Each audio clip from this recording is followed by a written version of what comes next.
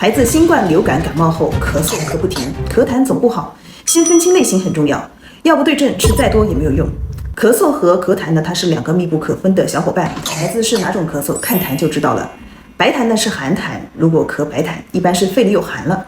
像平时天一冷冻着了，就会咳嗽一些白稀痰，这可能是因为风寒侵袭肺部，肺气宣发失常而导致的。这种情况可以参考小青龙汤，它能够解表散寒、温肺化饮。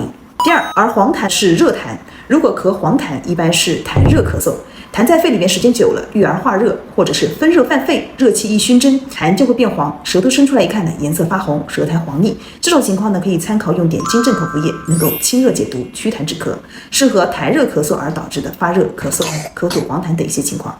而且呢，不含麻黄和防腐剂，比较温和安全，6个月以上的儿童都可以使用。如果咳出来的是黏痰，那就是湿咳。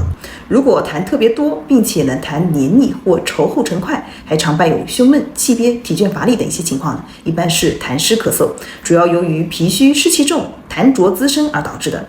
这种情况呢，可以参考2陈汤，能够燥湿化痰、理气和中。你都记住了吗？